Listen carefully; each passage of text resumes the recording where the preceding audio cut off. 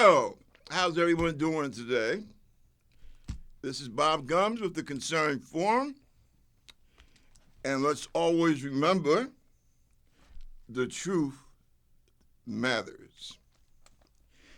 Man, we have so much happenings going on in America today. So many different conflicting ideas. Unfortunately, some of these ideas, there really shouldn't be any conflict. What's that with liberty and justice for all? Hey, that's what we're supposed to be about. That's what they taught me when I was in parochial school. And that's what they taught me when I was in boot camp in the service. We're supposed to be about liberty and justice for all. Now, let me, I believe I mentioned this once before. And I'll tell you quite frankly, I think that it needs to be said again. I hesitate because I don't want to make anybody think or cause anyone to think, excuse me, that I'm trying to denigrate any group of people. That is not the purpose of this show. We can denigrate ideas and the things that people do. But a human being, as far as I know right now, has no choice. You can be born Asian, Native American, African, Middle Easterner, European. Doesn't you have no choice in that. So the bottom line is, it's always wrong to blame someone for choices that they have no hand in really making. Now, in terms of what people do politically, well, hey, that's a whole different story. And I'll tell you exactly where I'm coming from with that. The big problem, and I'm talking mainly to working folks out there, okay? People that have to get up in the morning and go to work. And they have to live with a paycheck, right? That is their primary source of income. What they do for a living or what they have to do for a living. And these are mainly the people that I speak to. Excuse me. Oh, I think I'm starting to get some kind of, was it not hay fever, but some type of allergy. I got Trumpitis. Like all good Saint Americans, I got a Trump allergy. Oh God. But really, you can't help, since we're all supposed to be tribal, you can't help what tribe you're born in. But you can help. Oh, that's right. I got to turn this down. But you can help what it is that you do. See? And right now in America, in the United States of America, the biggest problem that we have, and it is this, and this goes directly to my white brothers and sisters, or as they're, I guess, let's try and be scientific here, to my Caucasian brothers and sisters. And yeah, like it or not, you are my brothers and sisters. That was correct when I was in the sixth grade, and it is still correct. And I doubt you will find any reputable scientist that will tell you any different because we all come out of the same factory. We all come from the same place. Modern man or modern Homo sapien originates. Uh, what do they call her? Eve in the what is it? Eastern, uh, yeah, eastern part of Kenya. So we are all related, and I don't know. I think that's a good thing, quite frankly. But for the purpose of this conversation, here in the good old U.S. of A., I think that this needs to be said.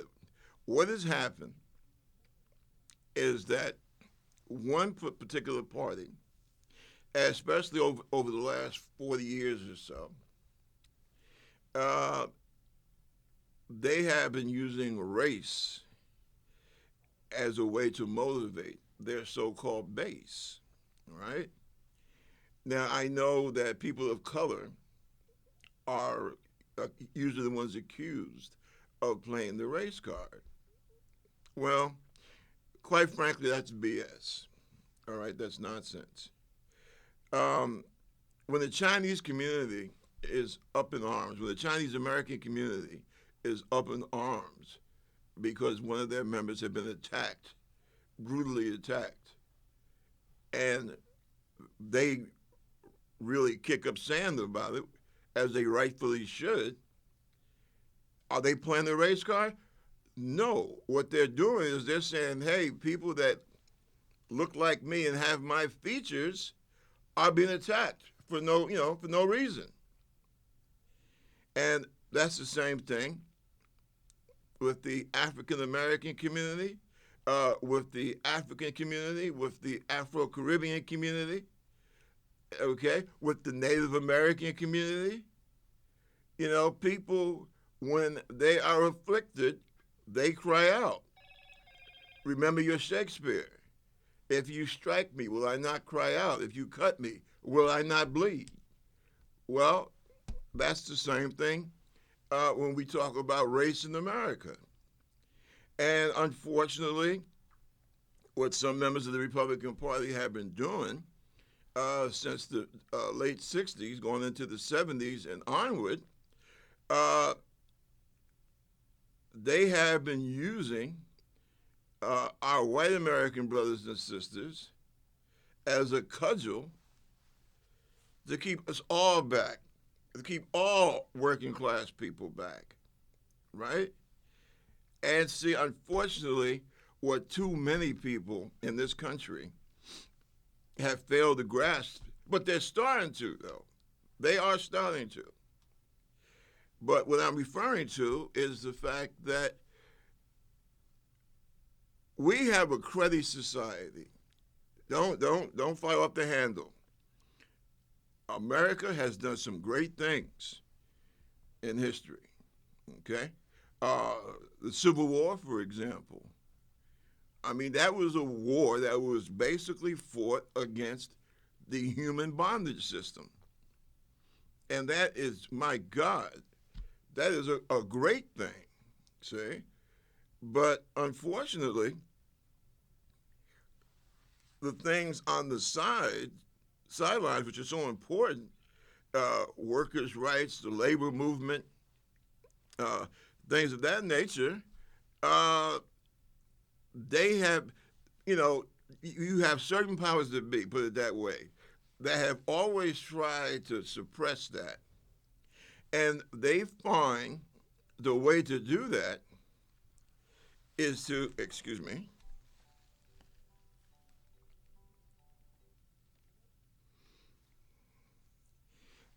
Vanessa, can I call you back?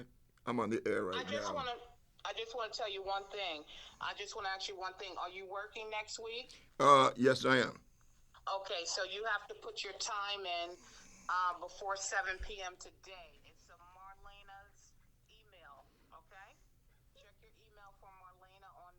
and put your time in before 7. Okay? Roger that. I'm going to call you later anyway, but like I said, I'm on the air right now. So, but thank you for calling me and letting me know that. Okay, yeah. You take care. Bye bye. Bye.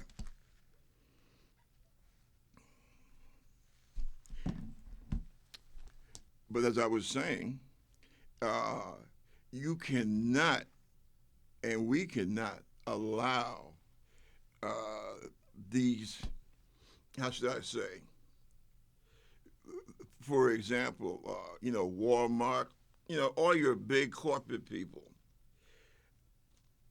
We cannot allow ourselves anymore as we go into this 21st century to be constantly divided behind race and religion. It doesn't make any sense. All right, and quite frankly, it's it can wind up being deadly. Now I'll tell you exactly what I mean. A little while ago, people were talking about asteroids and what have you hitting the planet. If we get hit by an asteroid, I can assure you that that asteroid is not going to say, "Hey, well, where do all the African Americans live? Where are all those folks of Italian and Irish and Jewish descent? Where do they live?" Yeah, right. It's not going to make any damn difference. So, what I'm trying to say is that this is a planet that we have all inherited together.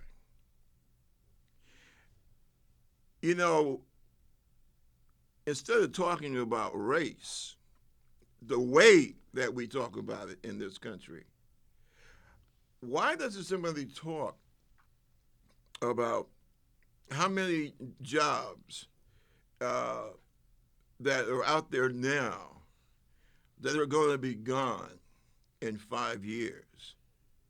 It amazes me. And Democrats, I give them credit, and not because I am a registered Democrat, but I give them credit because Democrats do seem to be a little more forward thinking uh, than the other party, okay?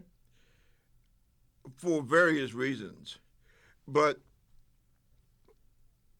we're not, you know, our politics, except for what the Democrats try and do, our politics, it's not geared toward asking questions.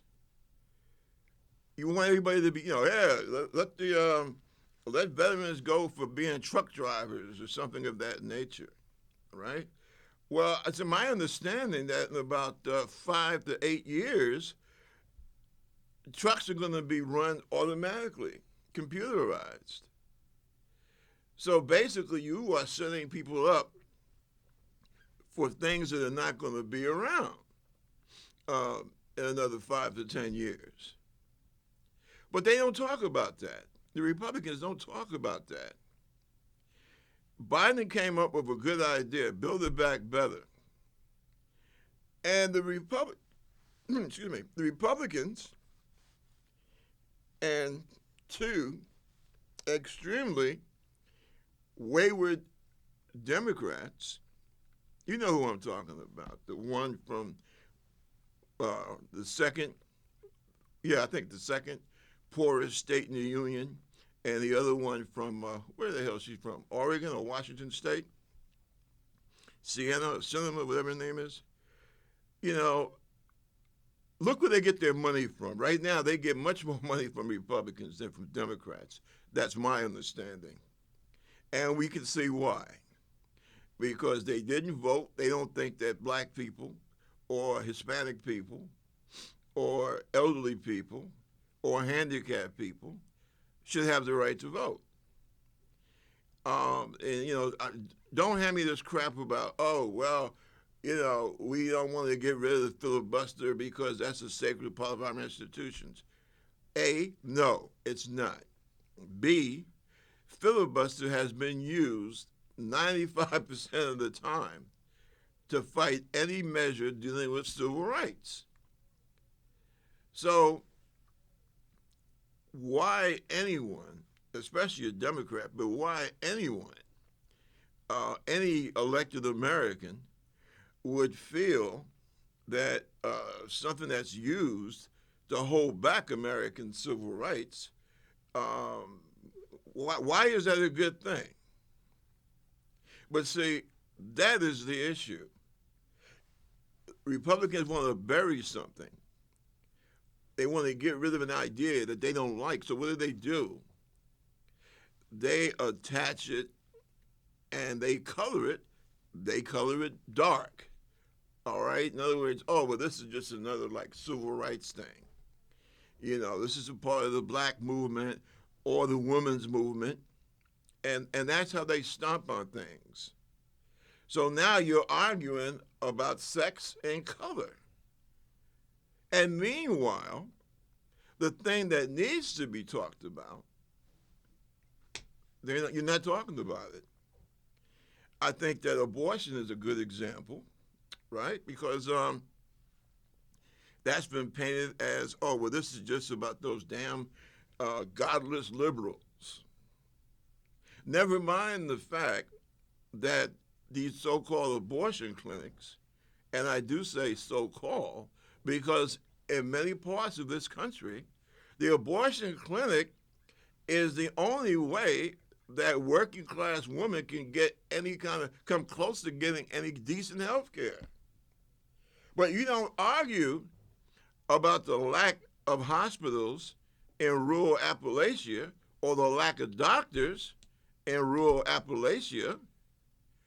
No, you're going to turn it around and make it a contest between Christians and the godless people, see? And that's what happens in this country too many times, right? That's what happened in the South when the idea or the subject of populism, when that came around, right? Originally, when populism first started in the South, and how did it come in? It came in with an idea, what do they call it? The Grange, if I'm not mistaken. And that was all poor farmers, right? Get together and organize together and basically fight for those things that are of value to your small working class farmers. But what happened? The powers that be said, oh, well, you're getting involved with them black farmers. Why are you getting involved with those ends? See? And that's what happened, right?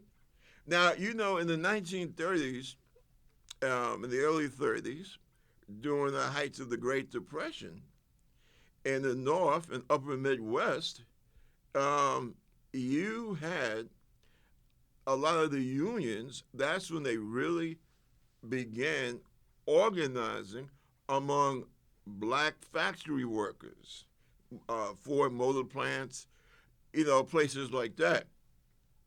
So we know it can be done. And in an effort to tamp that sort of thing down, to hold it back from being done, well, what do?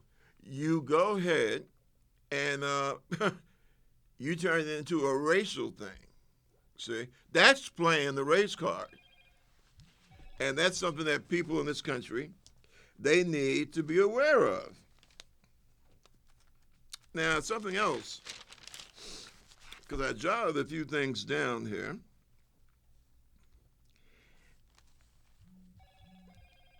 And you could see, as we go through history, that anytime the powers that be want to blunt something, in other words, they paint it black, right?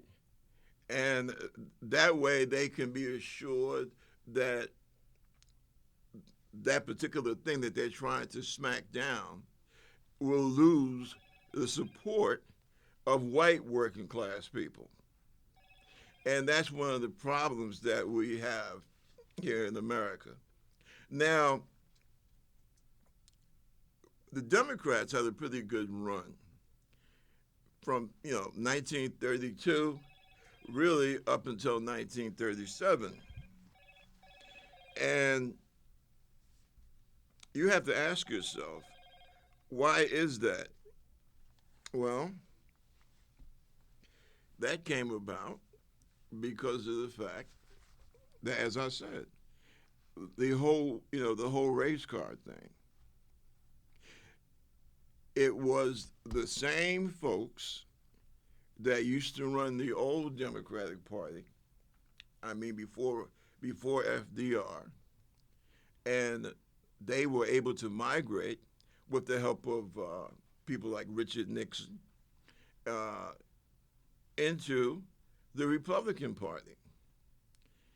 And it's a shame because I can remember when the Republican Party had decent people. The people that taught me about politics were Republicans. My dad and a good gentleman named Jacob Javits. Yeah, the guy that our um, Coliseum down here in Manhattan is named after, Jake Javits. Jake was a damn good man, and he was a Republican. He was a Jewish Republican. Very outspoken, very courageous. Hell, if it wasn't for people like Javits, Dirksen, um, and quite a few other Republicans, Bob Dole, you wouldn't have the damn Civil Rights Bill. But unfortunately, you had other people in the Republican Party that were eager to get angry Democrats into the Republican Party. Angry because they resented the way that their Democratic Party was kicking down the doors of segregation, of legal segregation. And that's what happened to the Republican Party. So when these Sambo and any black Republican who is not standing outside of the Republican Party and cursing them for their, racist tactics, if they're not doing that, then they're really not Republicans. They're just Sambos who feel that they can have a better opportunity cleaning up mess for the bigots. See, like the former chairman of the RNC, of the Republican National Committee, Mr. Steele. I have a lot of respect for that man. I truly do. And he is a Republican. But as he says, he didn't lead the Republican Party. The party left him. Now, my mom and dad were both rock rib Republicans. But my dad was a union organizer. He was a shop steward. He was a very good acquaintance of Malcolm X. And he was a Republican. And I have a lot of respect for him. I have a lot of respect for my dad. You hear that, Pop? But yeah, and those were men and women. Uh, Unfortunately, most of the black Republicans that you have now, I mean, who are they? What have they done? All we know is that they're quite happy or satisfied with the fact that the party that they're a member of, wants their people who look like them, not to be able to vote. So no, um, I don't know. I don't know what kind of relationship they think that they're going to really have with the black community as a whole. And, I really wonder about that. Me myself, I think that you're hanging out with a party that no educated, decent American of any color should be associated with. I know I respect the people when Trump first came out and made his statement about Mexicans. And that, oh, basically he said all Mexico sends are thieves, murderers, rapists, drug dealers. The real super decent Republicans, they cut the Republican Party loose then. Okay? I was horrified. I'll tell you why. Because I had someone ask me the other day, he said, wow, you got hot um, when the Republicans, attack Mexican immigrants and say the things that they say about them, right? And you damn sure get hot when the Republican Party walks down the street hand in hand with the Nazi Party, with poor boys and oath keepers, all these anti-Semitic nuts, right?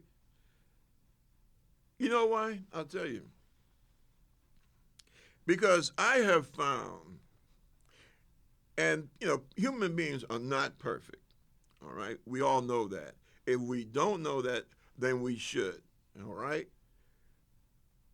But when you get to the point where you're running for public office, and that is your main rap, um, that you hate Jews and Mexicans are bad, and what is it that Tucker said on Fox? Immigrants are just dirty. I would like for him to specify. I mean, we know who he's referring to, but I would like for him to specify what immigrants was he referring to. Was that all immigrants, or was that just the dark ones? Well, we know he's talking about the dark ones because those are the ones that he's always penalizing, right? Now, the thing about Jews and myself, I went to Catholic school. I was a Catholic. I went to Catholic school. And I also spent a lot of time at the yeshiva up here on 123rd Street in the West Side, down the block from where George Carlin grew up at.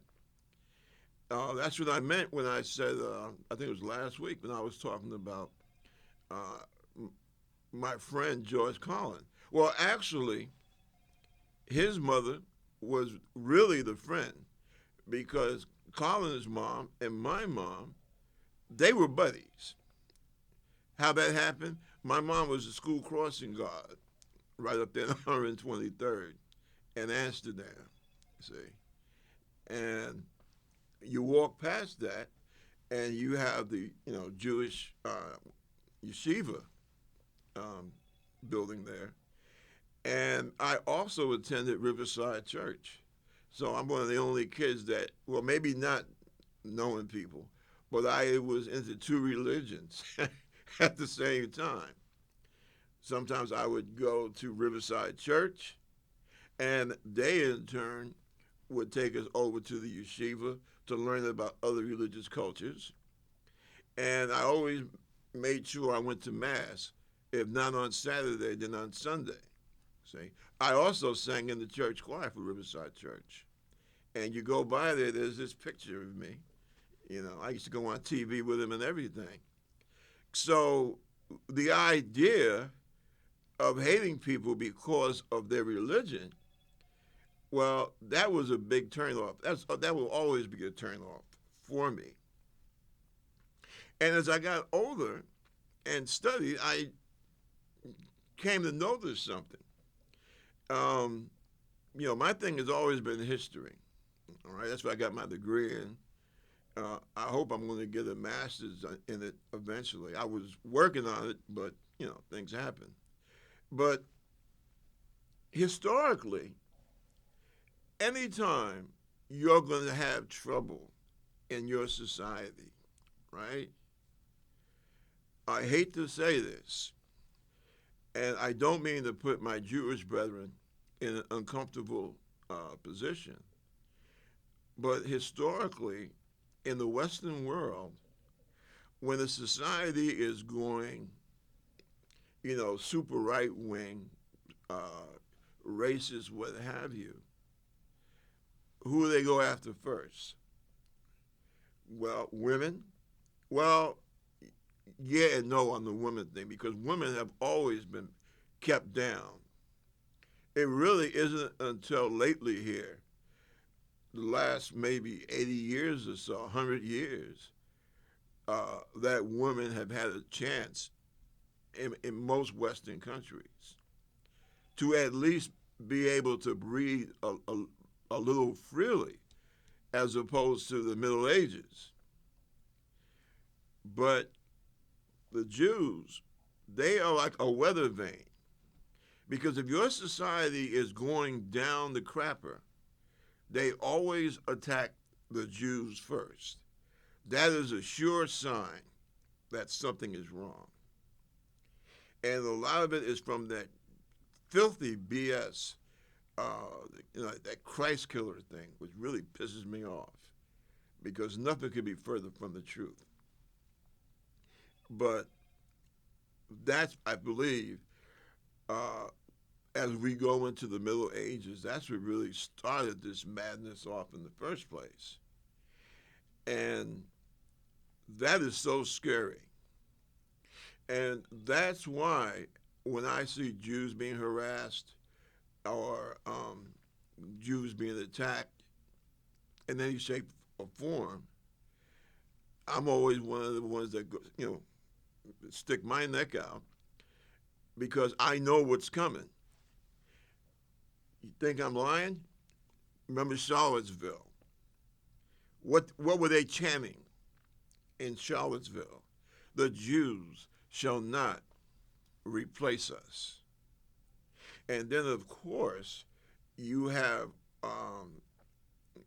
these right wing clowns that say, oh, well, the Jews just use the blacks for muscle. You know, like black people, we're all ignorant, we can't think for ourselves. And that that really pisses me off. I had some of that, believe it or not, when I was in the Navy. My last unit that I was in, and I raised hell about it, quite frankly. And one of the things I'm ashamed of is that the blacks who were in my squadron, I would not say all of them, but most of them, for the most part, uh, were like a bunch of scared rabbits. And see, that really hurt me because of the fact that, well, I'm prior military. I had been in the Army when I was a kid. And then I was out for a few years, and then I decided to go back in the service, and I chose to go into the Navy. Actually, I was going into the Marine Corps, but the recruiter, he was having his first child, and he was a total mess, which I can understand. And I got along well with the Navy recruiter, this young lady um, that was there, and she hooked me up with the Navy. Hell, same thing, Department of the Navy. So I got tired of waiting around, so I went in the Navy, and it was good. I will always love the Navy, but sometimes you have bad people, and unfortunately, um, the captain who was there when I first got there at this unit, um, I guess you right wingers would say that, oh, well, he wasn't politically correct enough for Mr. Gums. No, that's not what it was. He did not ensure that anti Semitism would not be allowed in his command. And he didn't do a good job at that in that regard. And unfortunately, until we had two new skippers in a row, uh, that's what it took to clean that crap out. And I was about the only person that would speak up. And I was not exactly loved for that, which I could give a crap less. But it was nasty sometimes. It got nasty. And I will never trust a man or a woman that they can't, their personal feelings are of such a nature um, that they can't, how should I say, you can't do the job because your judgment is clouded by your bigotry. And a person like that really has no business in being in command of anything, of the vision, of the department, anything. And that's why I say, when you come across people who are, openly, verbally anti Semitic, then chances are they're anti a few other things, as these creeps were anti black, uh, they hated women in the Navy, they hated women officers. A lady is smart enough to go to college, get her degree, and become a naval officer. Why are you going to denigrate this woman? Apparently she has something up here, and that why should that makes you feel threatened. And see, people like that, like I say, they should not be in any command authority. Number one, and number two, chances are more than likely, uh, if you're black, they're not going to care for you too much. If you're Native American, if you're Chicano, they're not going to care. My immediate supervisor was a Chicano brother. He was a E6 from Arizona. I believe he was from no Texas. Beautiful guy. Rodriguez was a beautiful human being, and he put up with a lot of their crap. And I said, man, why are you putting up with that? You're an E6. You are a senior petty officer. Why do you have to put up with that nonsense? And he was cool about it because he was in for the long haul. As a matter of fact, he used to have to help calm me down. He was a great guy. I hope I see him someday again in life. Wonderful person. But anyway, uh, this is what Trump unleashed. See, he figured the best way for him to stay in power was to take America back to the Middle Ages. And yeah, we're going to keep talking about Mr. Trump, not because we like to, but because we have to, for the sake of our country, for the sake of our souls. We have to. Now, something else. This whole business in Ukraine, I'm going to let you know right now, yes, it is necessary. It is very necessary. I'll tell you why. Most of the time, America gets it wrong since World War II, right? Korea, um, we did not handle that too well, right? Vietnam, Vietnam was a total fiasco, and we made some of the same mistakes that we did in Korea. We made it in Vietnam, and see that's what happens when you're a big, strong guy, but it's a lot of things you just don't know. And that's my description of America and Southeast Asia from 1950 on. Vietnam has always been fighting, right? Uh, the Japanese, China, the Japanese again. then the French, right? Always fighting. But what the United States did, you know, they um, they brought back the old Vichy. Now the Vichy, those were the French guys that, yeah, we're going to work with the Nazis, right? Even though they have just defeated us. What was that? 1940, 41, right? But we're going to still work with them. Well, those are the same people. Those are the type of people that the Americans reinstalled to power in Vietnam, right? After we got there.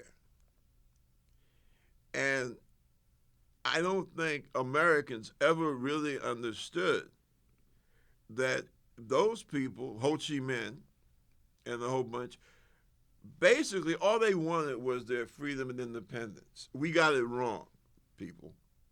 We got it wrong. But see, those ladies that don't want the kids to read Maya Angelou, those ladies that, if you say CRT, they're like cats. They'll jump up to and hang on the ceiling, right? That mindset, that is a big part of the reason why we got done so horribly in Vietnam. That's how we got it so wrong.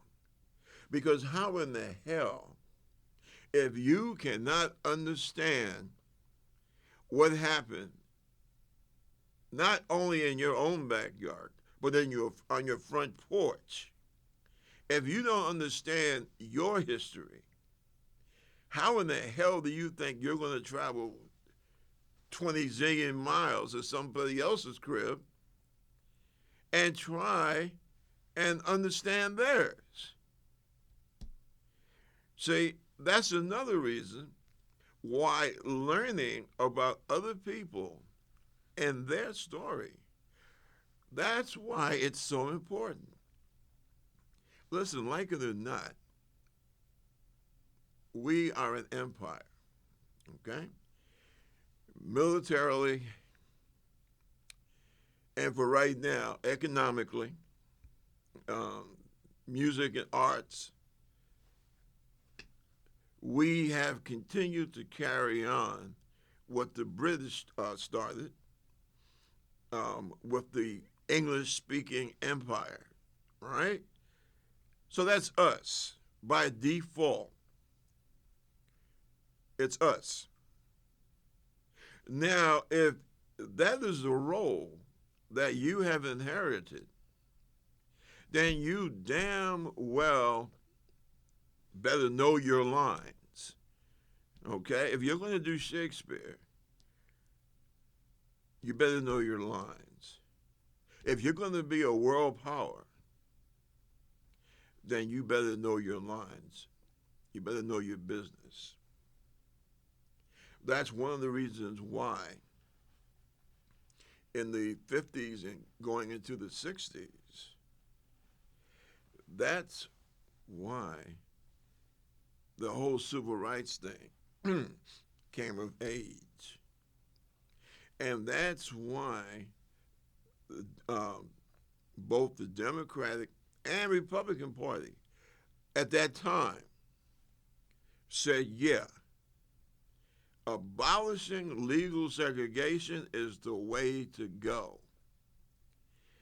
I really don't care about black people. Really don't. However, history demands justice. We cannot go in, we cannot continue to exist in the 20th century going into the 21st century with colored only signs on public bathrooms, on public water fountains. on public, um, what they used to have back then, Woolworths, public ice cream counters. We cannot continue to do that and still claim, because remember now, what's going on in the 50s and 60s, the so-called Cold War. And remember, keep in mind, the only place that the Cold War was cold was here in the United States, right? We hadn't gotten to the point of people flying into buildings yet, okay? We're talking from 1950 to 1970, basically. And we're trying to show the world, hey, don't hang out with those guys from Moscow or even those folks from Peking, China, those commies. Don't hang out with them. The communists don't have anything for you. It's about us, baby. Hang out with us. And we cannot do that and expect to be taken seriously. See, you got to remember something else, too. Most of the things that we need, that industrial high-tech society needs, all right, the raw materials that keep it going, they are found in places where most of the people are people of color. Asia, Africa, Latin America, right? Most of those places were either free, independent, or they were becoming free and independent. Look at all the African countries that gained independence in the mid and late 50s and going into the 60s, all through Africa and the Caribbean and Asia. That's what I meant when I said that these places were either independent or they were rapidly becoming independent. How could you go to, I can't remember the name of that country from the movie that brother played the hero in, but how can you go to Watanga that they have something that computers need, Coridium, for example, right? How can you go to Watanga and say, hey, we want a deal where we can get your Coridium and we'll do something for you? How can you talk turkey in that country when they know that if their ambassador was to come to the United States, he wouldn't be able to go to church with you, or he wouldn't be able to go to a store with you because he was black and you were white. Now, what kind of report do you think this guy is going to bring back home? Yeah, that's right. Not a damn good one. And if you think I'm joking about that, the United Nations, right? Well, you know where the UN is. Their headquarters are here in New York. Do you know why? It wasn't publicized that much back then in the late 40s and early 50s when they began the construction. But do you know why? Do you know how that came about? That came about because of the fact that even at the end of World War II, people with intelligence and knowledge knew that there was a change in the air, that all these various places, India, places in Africa, the Pacific, Asia, Latin America, you're going to have independent countries sending ambassadors to the UN. A lot of those folks are black or brown or red. So what are you going to do? Well, you can't put it in D.C. because D.C. is right there. That's the old Confederacy. You got Virginia here, and you got Maryland here, and you got D.C. between the both of them. Oh, and you got West Virginia in the side pocket. So you see the problem. Cultural affairs, um, having the kids, putting the kids in school, you know, those sort of things, social things. And can you imagine the ambassador of Watanga? He wants to take his kids on a day excursion in the surrounding area. Oh, well, I'm sorry, you can't come in here. This is for white only. So they said, well, look, we'll put it in New York. I guess they figured, what the hell? New York they take everybody, so we'll put it in New York.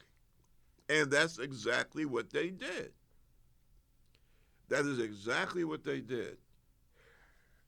That's how important ending segregation in this country was. When I first was assigned to do counterintelligence work, I had to attend a course. I was the only enlisted guy there. Everybody else was either a high-ranking civilian or an upper-ranking military person, admirals, generals. I think the lowest ranking officer, they had one, and he was I think he was a Navy commander. Everyone else was like the rank of captain or major or above. And I was the only black person at that particular class at that time. And we were lectured by two gents. One was former CIA, the other one was former State Department. And both of those gentlemen had worked counterintelligence. And they showed the films that the Russian counterintelligence people were showing in Africa and in Asia and in Latin America. If you're old enough to remember when you could sit down in front of the 6 o'clock news and watch 15-year-old civil rights marchers in Birmingham, Alabama, be torn to pieces by police dogs for fighting to use permission to go into the public library, which their parents supported through their taxes, right? So these are the type of things that the world was looking at. And basically what happened, I think it was Kennedy said, desegregation is now a national priority. Thank you. It's now a national priority, right, for the United States of America. It has to happen. It is in the national interest. And that is what officially, when the United States government said, yes, civil rights has to happen. The problem is with the Republican Party that they have forgotten when they used to stand for something decent. See? Now, if you want to know about this thing in the Ukraine, Putin is a little bent out of shape because he thought that he would be able to work his will in Western Europe without anyone looking over his shoulder. And we have to show that that's not the case. You don't have Trump there anymore. You have a man, not a little boy. And if you remember how Trump used to act every time Putin was around, then you know what I'm talking about. Because he acted just like a little boy.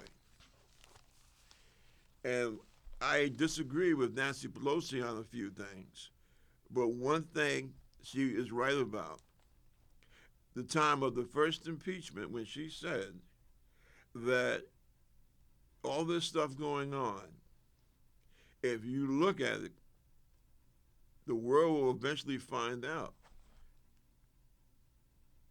The road to Trump goes right through Moscow. This is all about Putin. And remember now, this is for the first impeachment. And she's right. Because I don't think anyone who worked counterintelligence in the 80s will tell you that Donald Trump and his family were not connected with Russia, with Moscow and with Putin, right? Even his own goofy sons, both of them said, because they were asked, where does your pop get all the money, the funding for all these golf courses around the world? He really likes to set up golf courses. And you know what those boneheaded boys said? Because by this time, the press had really, found out that all the money, right, didn't come from American banks because American banks knew Trump was a phony. So who was making these loans for Donald Trump? And his sons, they come right out and say it. Oh, well, we don't worry about American banks. We get all our funding from Russia. So you tell me that you have an American businessman, right? Excuse me.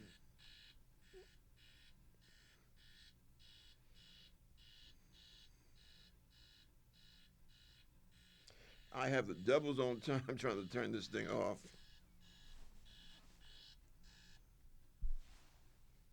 But you mean to tell me that you're going to run for president of the United States, and it's a known fact that you get all your funding from Russia, and you mean to tell me that our intelligence people are not supposed to look over your shoulder?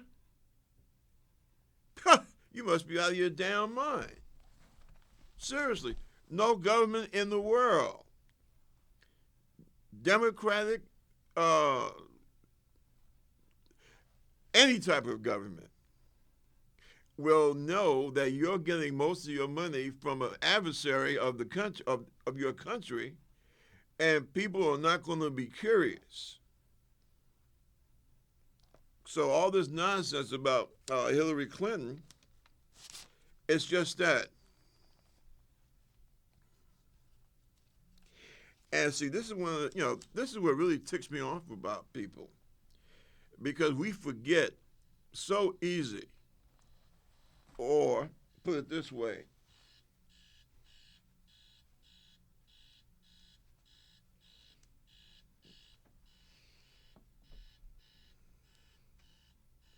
because it's like we live in a constant state of denial, and it's sad because that's what's going on now. And see, that lets in a bunch of other things, like these truckers. Why are they involved with the Ku Klux Klan if it's just about getting your vaccination? Why is that? you have all these other um, hate groups getting involved in your fight against vaccination. That's the first thing. Second thing, what school did you go to? Where did you go to first grade at? Because if you went to school in any Western country, you were vaccinated. So what makes those vaccinations good, but this vaccination here, why is it bad? I don't get that. Where is the logic in that? So somebody can just come around to your crib and say, hey, this vaccine is bad. Okay, why? And most of those people, they can't even give you a reason. And this is another attempt to basically tear at the things that keep our government together. And we have to keep this in mind. We can't allow Donald Trump to tear down what's taken 250 some odd years to build. And we have to remember that, folks. This is our country. It belongs to us all. Black, white, red, brown, yellow, Christian, Jew, Buddhist, Muslim. We're all Americans. Listen, folks, thank you for allowing me in your homes. And I'll see you next week, same time, same place. Bye.